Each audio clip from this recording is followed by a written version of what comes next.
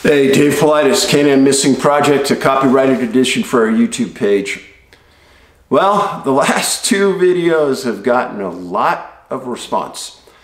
And thank you for watching them and commenting as you did. The comments are always interesting. Sometimes they get a little laborious, but and repetitive. Sometimes I wish the people would actually read the others' comments on there because you replicate yourself many times. Also, I'm getting now for the last few days over 500 emails a day, and it's getting to be a huge project just to answer them. So I will ask you, keep your emails to me at one paragraph. And I've gotten some that are just 2 or 3 pages long with no paragraph breaks, and it's impossible to read. So make it one paragraph. Put your points in that one paragraph, 3 or 4 sentences. If you stimulate some interest from us, and there's other people that read them, then we will get back to you. But just keep it short so we can read them and we can respond comprehensively. One of the cases that we talked about last week was a man named Grover Ray. And Grover disappeared, and he was found years later by a man who had a dream. And what's fascinating to me about this is that that is the one case that had the least amount of comments.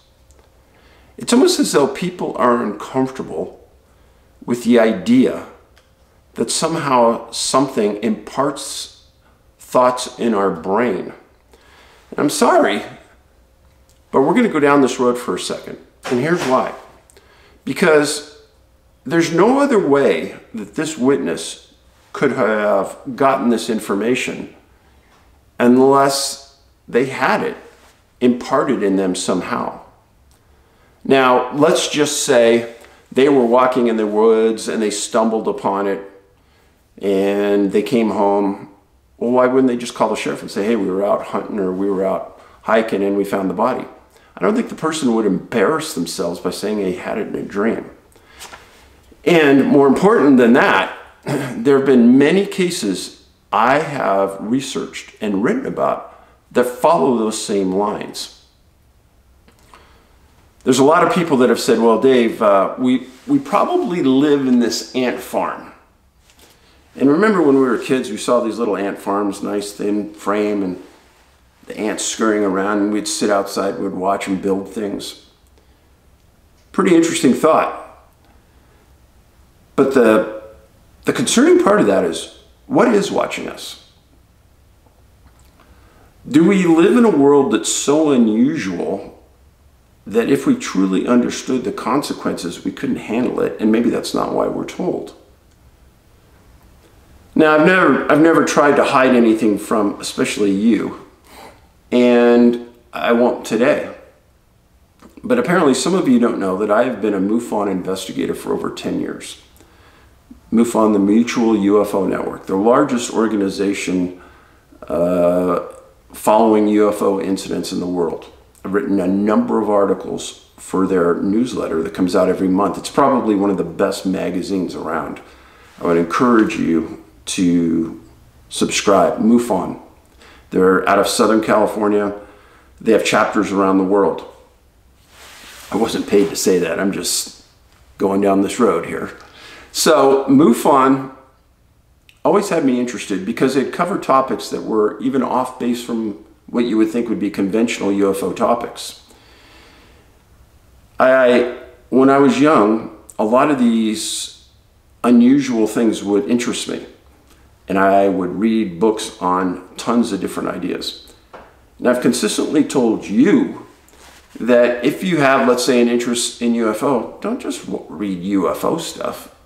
You're going to get this tunnel vision of the world. Everything's UFO related. Same way with the cryptid folks, and they're worse. Everything's got to be a cryptid. It's not, folks. There's a lot of people who believe in conspiracy theories, and I'm never going to discount anything until I have proof otherwise. There's a lot of people mistakenly call my work a conspiracy theory. Why is that a falsehood? You guys all know. It's because I don't promote any theories. I give you facts. I let you come up with your own theories. There's no conspiracy here. There's no theories here. Getting back to MUFON. Many times in the magazine and in books I've read, specifically by a man named John Mack. He was a PhD from Harvard. And Harvard tried to squelch Dr. Mack many times, and people wanted him thrown off the faculty because Dr. Mack decided to research abductees. And he wanted to understand if there was something there or was it just a complete falsehood. Well, he decided to go down that road, and he interviewed hundreds. And in the books he wrote, he said that there's something to this. Too many people are saying almost identical things, and they can't be all memorizing this and stating it. It has to be true at some level. Now, as weird as our world is, John Mack was killed in the UK by a hit-and-run driver. Very strange story. Now, a lot of the UFO abductees also claim that the UFOs and whoever is manning their ships, and I don't like to say they're aliens, but whoever they are, have the ability to track us and know where we are at any one time. And they have the ability to, I guess you call it mind speak into your head and tell you things. Now, I was at a conference once many years ago, and several very smart scientists came up and said, people don't understand, but that your brain is like a two-way radio. And if you think about this real clearly, I have told you that when I was a policeman, I had searched buildings before. And sometimes you go into a building and you know a guy that's armed inside, and the hair goes back on the top of your head, on the back of your head, and you go, okay, this is the real deal. I better be super careful. Other times you search the building, nothing. So is that something going off in our brain? Is that some type of receptor we have saying, hey, pay attention? Is there a third party somewhere saying, hey, watch out, Dave, something's going on. It's not your time. Now, there's been a lot of sci-fi shows where there's a big room, and you don't get to see the faces of the people, but they're all in front of big computers, and they're monitoring like thousands of people at once, and they're adjusting what you're seeing, they're adjusting how you react, they're imparting thoughts in your mind. It's a real interesting sci-fi look at one thought about the way our world may be. Now, do we have freedom of choice? Yeah, I think we do, at least to some degree. But there's a lot of times where people have told me, hey, I was walking down a trail and something just told me, stop, don't go. What caused that? Think clearly on this. Was a thought imparted? Is a feeling the same as a thought? Think about it. But you didn't walk down that trail, or you didn't go down that street, or you didn't go meet that person. There was some reason. And it was probably more than analytics. So whoever our creators were, whatever our creator might have been, could that creator have imparted that ability for us to have these two-way conversations indirectly with something or someone? Now, what about dreams? I've had some dreams that were just truly, I don't think my mind could have had it. And I know other people that have had dreams, just like the person who found Mr. Ray, that came from somewhere. If you believe it, they came from somewhere. Something somewhere told him something where to find that body. But why? So what was the event that prompted that transition of knowledge? You have to think about this, folks. It's uncomfortable maybe, but you have to think about it because it's happening too much. And it's happened too much over history. And if you really look back and you spend your time delving into stories like I do, it's something that just can't be ignored.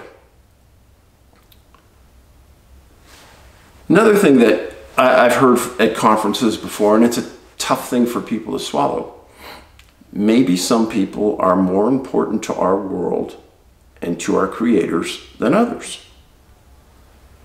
Now, one thing I learned a long time ago, everybody thinks they're smart, or at least moderately intelligent, and everybody thinks they're good looking. And that's an interesting side note that has probably been imparted to everyone. Maybe it's a defense mechanism so that we won't be humiliated in life and we can walk around with some level of pride. But those are two things in general. I would say 95, 98% of the public, that's true.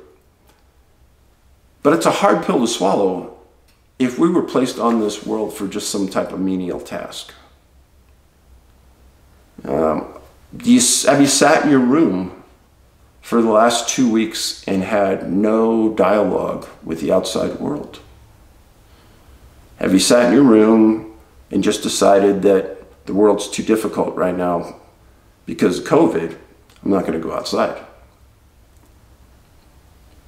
Well, I think we are friendly people on the whole. And we need dialogue and we need human interaction. We weren't meant to be left alone.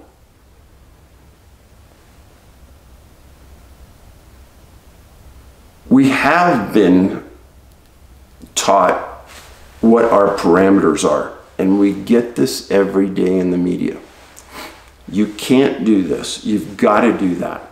This is the only way. This is the safe way. This is going to kill you. If you don't do this, you're going to get this.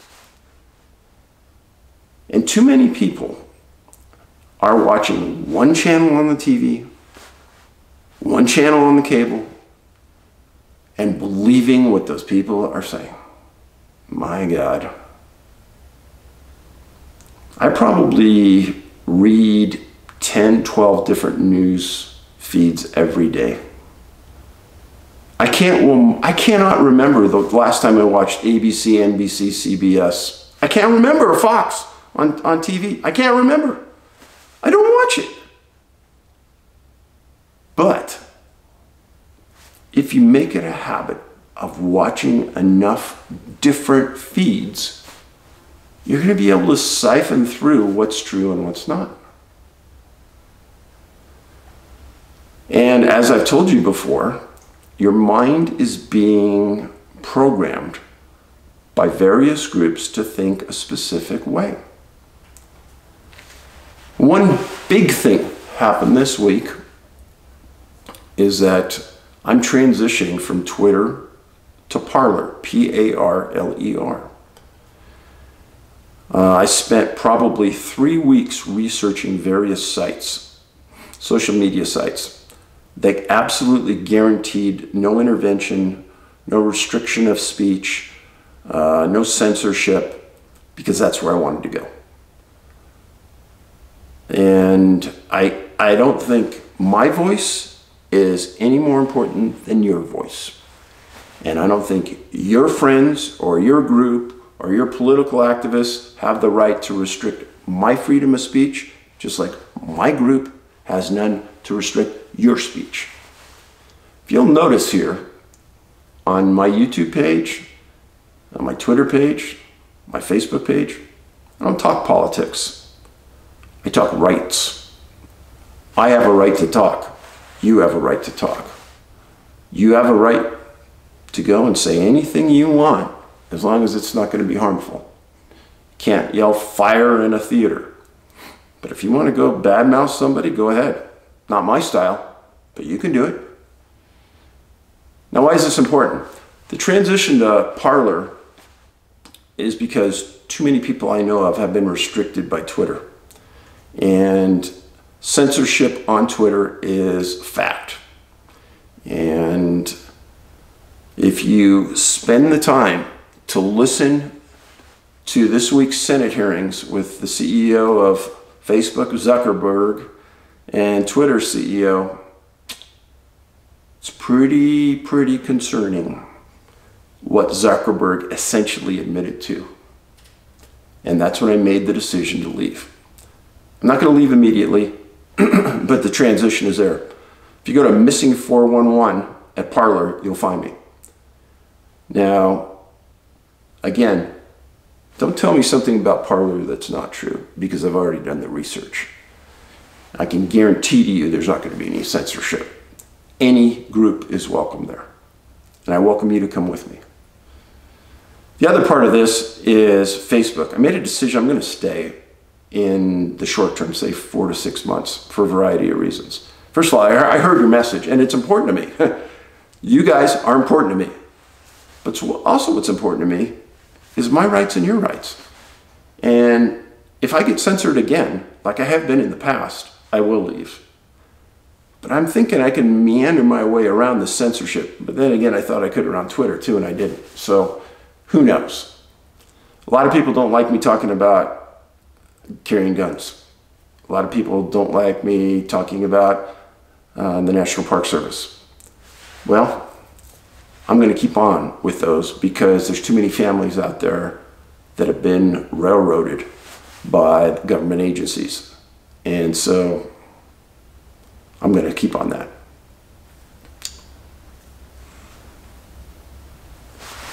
The path I'm going to go down today is I'm going to carry on with this idea of something being imparted in your mind. And why some people can either accept it or have the wavelengths in their brain to hear it, and maybe others don't. I know I don't. Maybe when I'm dreaming something happens and I hear some things. It's only happened once or twice. But first story we're going to talk about today is Larry Wyckoff, 15 years old, November 25th, 1977. And we're going to talk about Larry and what happened to him. And subsequent to his disappearance, what happened to him after that. But in keeping with tradition of this channel, I'm going to read to you the mailbag. So, this one, it comes from a search and rescue leader. And there was a show I made called Vanished. You can watch it on Amazon right now. I think it costs you $1.50. History Channel owns it all. I don't get anything from it. But it's a show about Mount Shasta. And highlighted in that show was a California Search and Rescue commander named Grizz Adams, who I interviewed years ago. When I wrote stories, I drove up to Shasta, met him, sat down, penned some stories for my books, and then we later used him in the segment on Shasta. Well, this is actually comes from an acquaintance of Grizz's, and it's a good piece. It says, Dave, about me, my name is blank.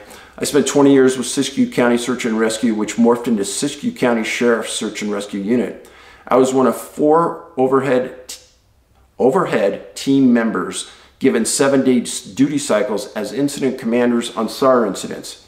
You mentioned Grizz Adams in a previous video. Well, he and I are very close friends. In fact, we worked together for my company for many years, and we were both SAR team members in the above same capacity. I have no specific point to make except to say thank you. After watching your videos and reading your material, I know why I've had so many unexplained experiences and feelings while on missions, as well as being in the woods myself. Let me stop there. Years ago, I made a presentation in front of the largest search and rescue organization in the world, NASAR, National Association of Search and Rescue Professionals. Really good group, really nice people. And this is an example of the tons of letters I've had from search and rescue people over the years. Now, I'm reading this one because of the relationship to Grizz Adams. But search and rescue people have had a lot of strange things. Some have disappeared. So I've witnessed CARTA, California Rescue Dog Association canines, following a hot track and suddenly stopped for no reason, never to pick up the scent again. I have witnessed cadaver dogs do the same thing with their handlers being mystified. Trained in sign cutting, man tracking myself, I've been 100% on track, only to have all signs vanish for no reason. Not possible. That's what he said. So he's a professional tracker. Again, things I've said in my books. I can recall several times in the woods having a feeling of we should not be there, almost to the point of allowing fear to take control. The most powerful event I have experienced myself was while hunting. I was driving on a logging road of decomposed granite with granite rock outcroppings at almost every point on the ridge. I've driven this road so many times I can't count. I was alone heading to intersect another main road and join the rest of this group. I went this way doing a little road hunting, as I have had great luck in this area. Just about everything around it has water. Some small, some bigger, but it's there. And so are the deer normally. I was approximately halfway across this shortcut, approximately 3 to 4 miles long, when the road intersects with another abandoned logging road, like a four-way intersection. On the downhill or left side is an abandoned mine shaft. On the right side is an old logging road, fairly flat, but full of trees, about 15 feet tall and spaced pretty well apart, so you can see any deer in that direction. As I slowly rounded the corner leading to this intersection, I got the most god-awful, fearful feeling of my life. It was like my mind was screaming at me, "Get the hell out of there now." Dave, I'm no special person, but I don't scare easy either. I was well armed, a rifle, a pistol, plenty of ammo.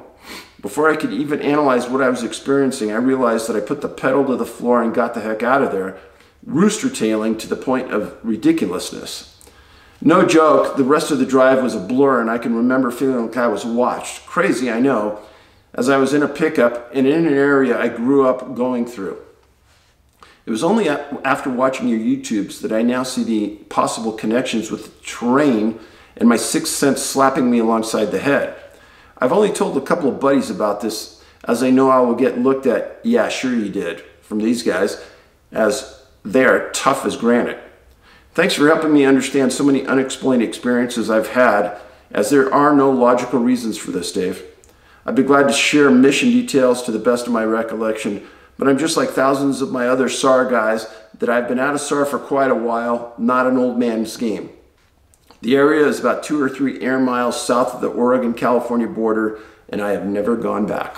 Thanks for all your hard work. Now, that email about him driving along and feeling like he got slapped along the side of the head, that's a message. But who delivered the message? Why was it delivered? And how? Because I can't deliver that message to you right now. So how did that ability happen? Who has that ability? And maybe some people have the ability to hear that and some don't. So this is another email. It says, "Dave, I know you're a busy guy. Being a busy guy myself, I know the value of your time. That being said, I just watched your Idaho County video. The area was my backyard, where I came of age in the 90s with a small group of close friends. The video awoke some feelings in me that I've had for a long time. I got my first elk in late September 92 or 93, very close, but somewhat again above Horse Creek, which is a tributary to the Selway River via Meadow Creek, remember that, and within a few miles of where Ron Gray disappeared in 2008.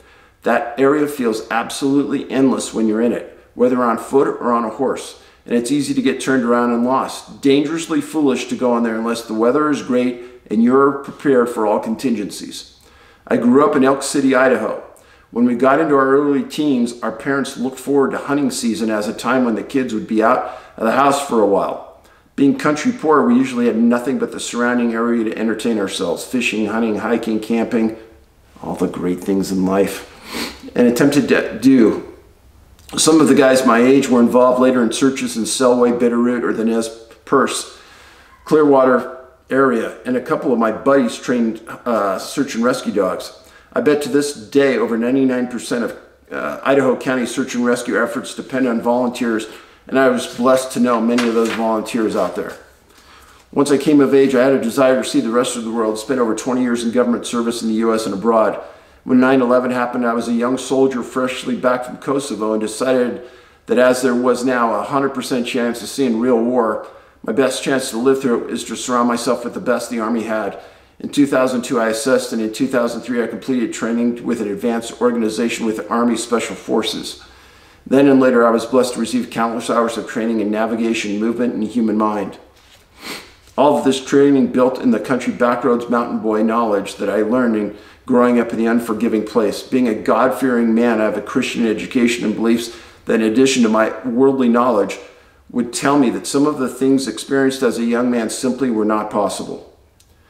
I'm talking about a personal experience of knowing exactly where you are and walking for a short period of time to reach the truck or a certain road or landmark and ending up at a location that should have taken 12 hours to reach or more.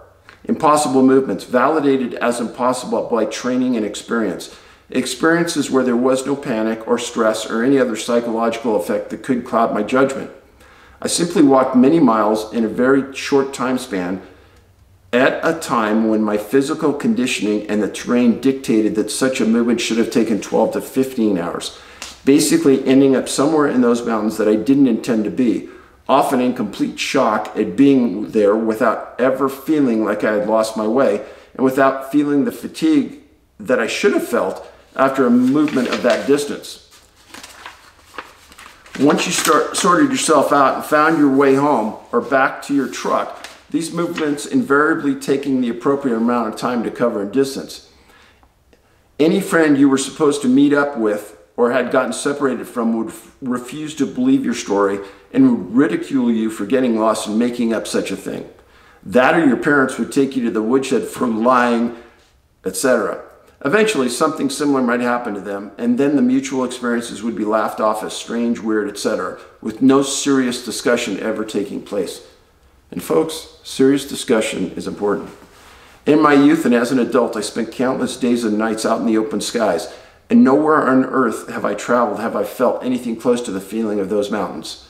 Mountains where you can literally be at complete peace for an hour or an hour in a hike, and then find yourself totally unnerved and unsettled for a brief few moments just by passing through the shadow of a hill or a draw, and then go right back being at peace. There are many, many experiences left unspoken by those that live there. Left unspoken due to a desire to forget, an inability to understand, or fear or ridicule by the uninitiated. Things that go well beyond land navigation mysteries. Connie Johnson was absolutely correct to use the word power for those mountains.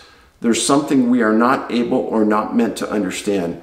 You have a believer and a fan in me. Thank you for your work you do.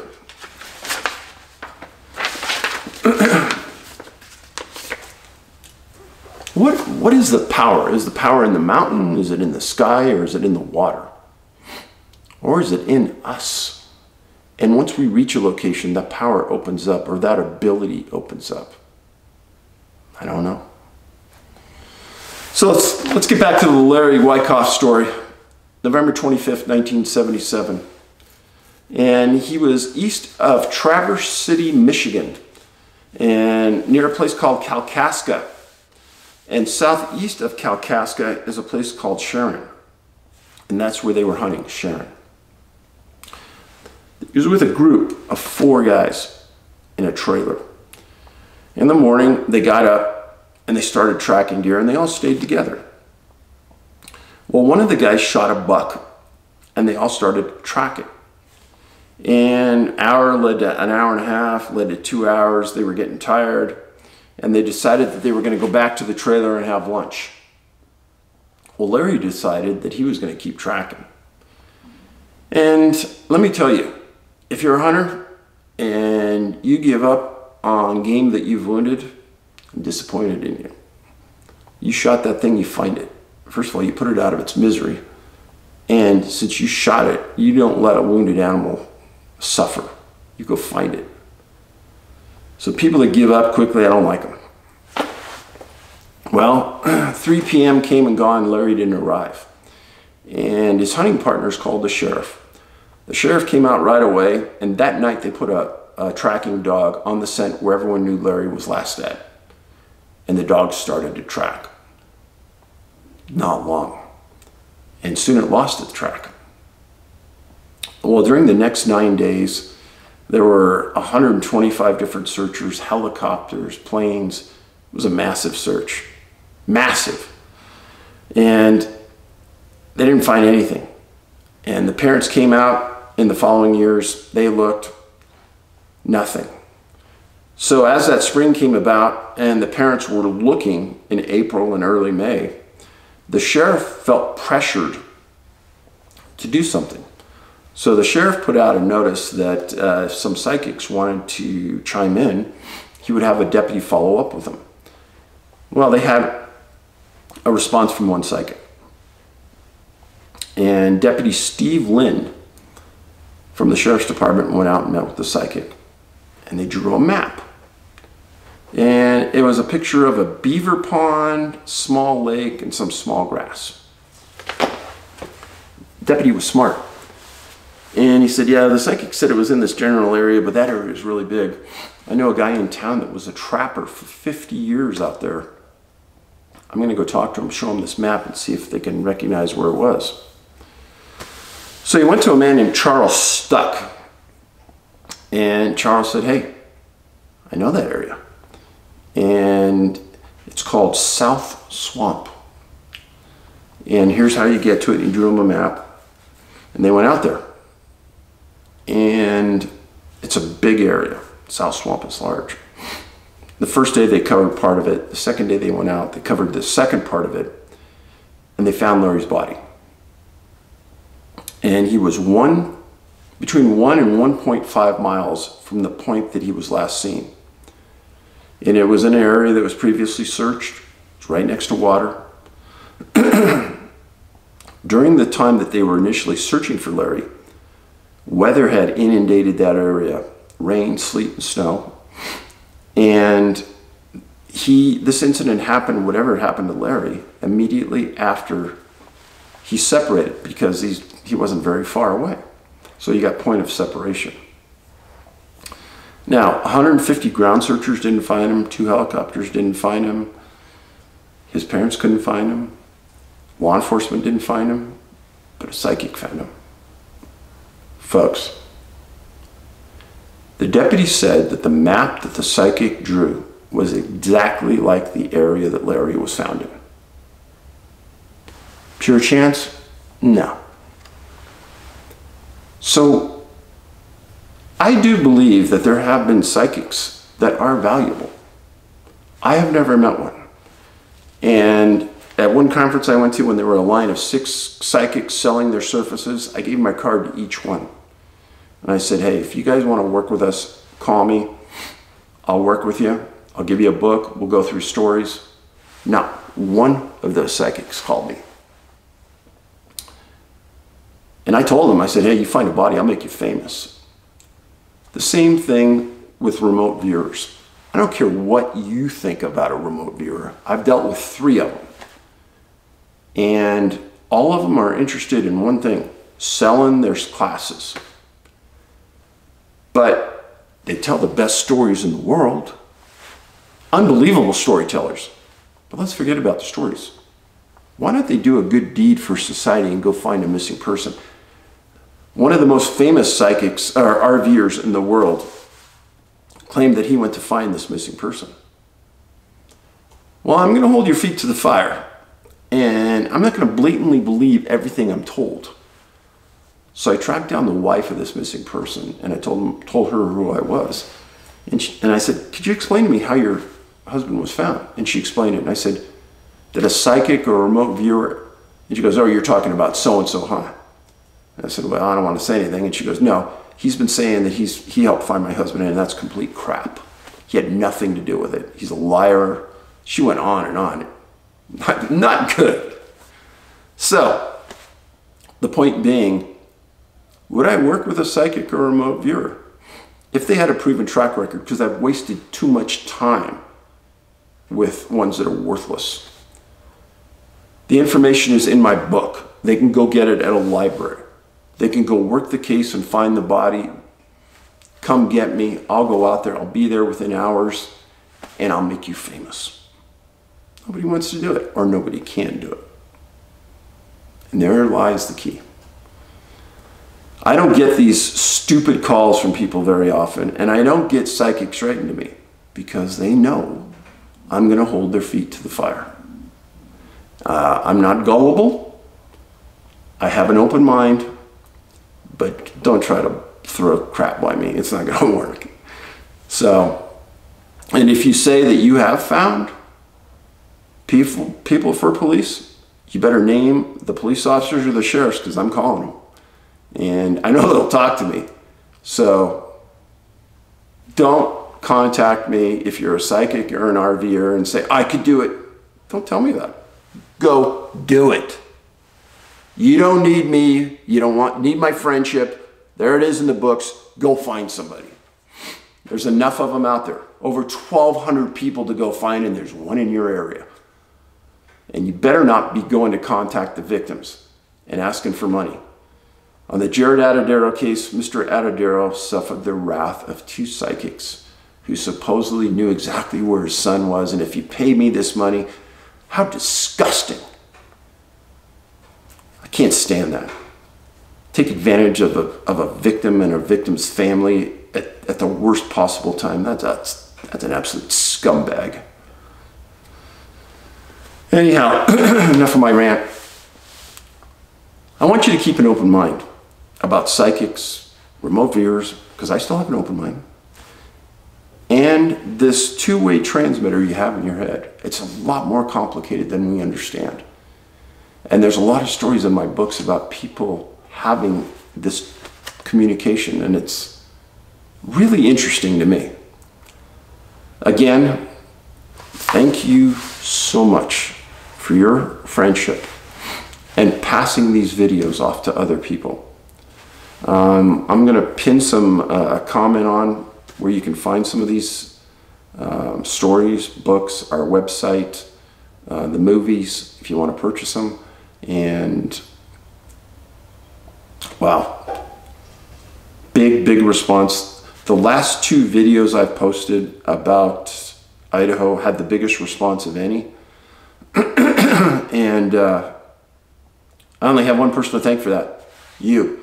And passing our videos on to people to get educated to the fact that everybody out there that goes into the woods should be carrying a personal locator beacon, and it should be one of the top gifts that you should think about to get anybody who goes into the woods. Again, I have no interest in the company. I'm not paid from any company to say it, and I've never ever said, yeah, go buy this locator beacon. It's just a smart thing to do.